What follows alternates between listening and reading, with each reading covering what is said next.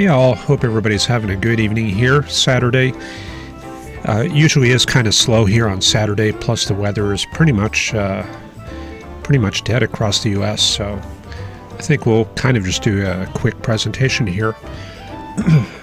Looking at just a little bit of stratocumulus here in our part of Texas. We've got temperatures in the upper 70s right now, and there we go. There's the map showing that southeasterly flow coming right off the Gulf, and we're having a little bit more of that moisture coming northward. So here's the 60 degree isodrosotherm. So it's not quite enough to get any showers or anything like that going on, but we are getting a few clouds out of that, and morning stratus, most definitely.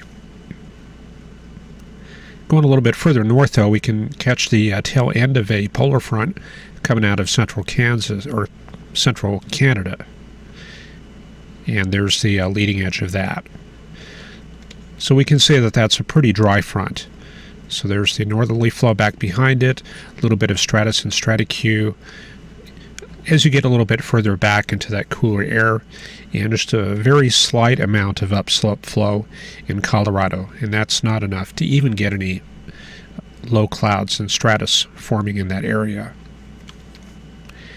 And out west, we've been watching a few systems moving in from the Pacific. Don't see much evidence of that on the surface chart. We're back to that southwesterly flow in Nevada, 83 degrees there at Las Vegas. So that's going to be fairly warm. And 94 at Phoenix, yeah, that's going to be above average for this time of year.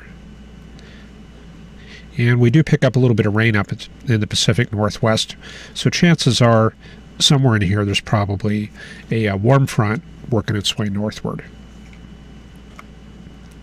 And then just a quick look out east.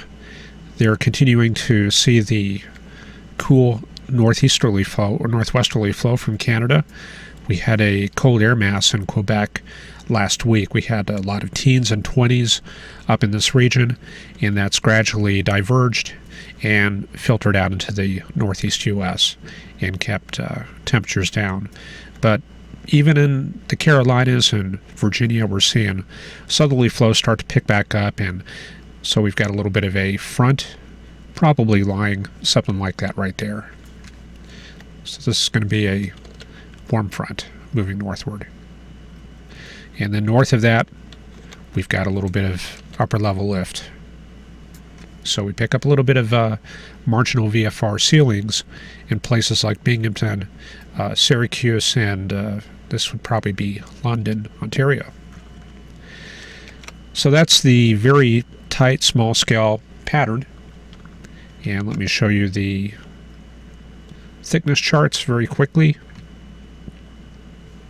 Get this map centered for y'all. Okay, so high pressure centered across South Dakota right there and across the southeast U.S.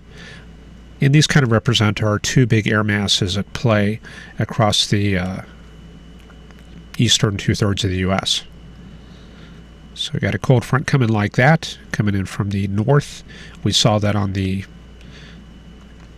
surface analysis. And yeah, it looks like we do pick up a bit of a weak cold front in Colorado and Nevada. So that's what we're looking for right there on the surface chart. And this would recurve back to the northwest as an included front. And we can pretty much predict that the path of this system will take it eastward towards the Great Lakes. And we're going to expect to stay kind of on the boring side, I guess, in the southern U.S. So we'll row that forward. And yeah, you can see that system from the northwest U.S. head across the Dakotas by Monday and Tuesday, continuing to move up to the Great Lakes. And in the southeast U.S., we're going to be under the influence of this large decaying high pressure system. So that's going to put Texas and Oklahoma under a weak, moist southerly flow. And we'll probably see precipitation chances coming up on those days. And let's see here, by Thursday, we get a new shot of polar air working its way into New York and Pennsylvania. There's that leading edge right there. That looks like a pretty good chunk of cold air in the Hudson Bay region. That trails off into a warm front in the Manitoba and Saskatchewan area, kind of like that.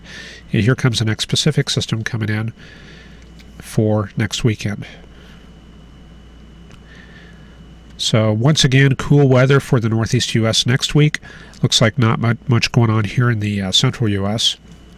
And then the following weekend, November 6th through 7th, looks like things stay pretty dull. It looks like we do get our next front around November 8th. This is going to be around Tuesday. So that's a pretty good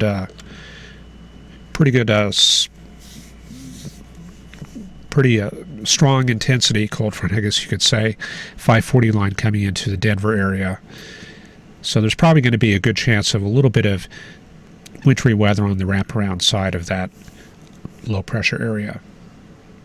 And this is only about 240 hours out, so it looks like the usual GFS cold bias is less likely to be a factor for this particular storm.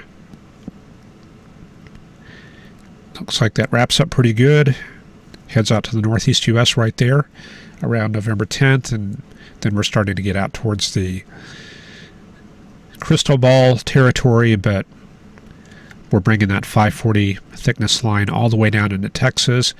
If that actually panned out, we would probably see a lot of 30s and 40s for highs in Texas. So that would be the arrival of winter right there. But of course that has yet to be seen. That's quite a ways out there.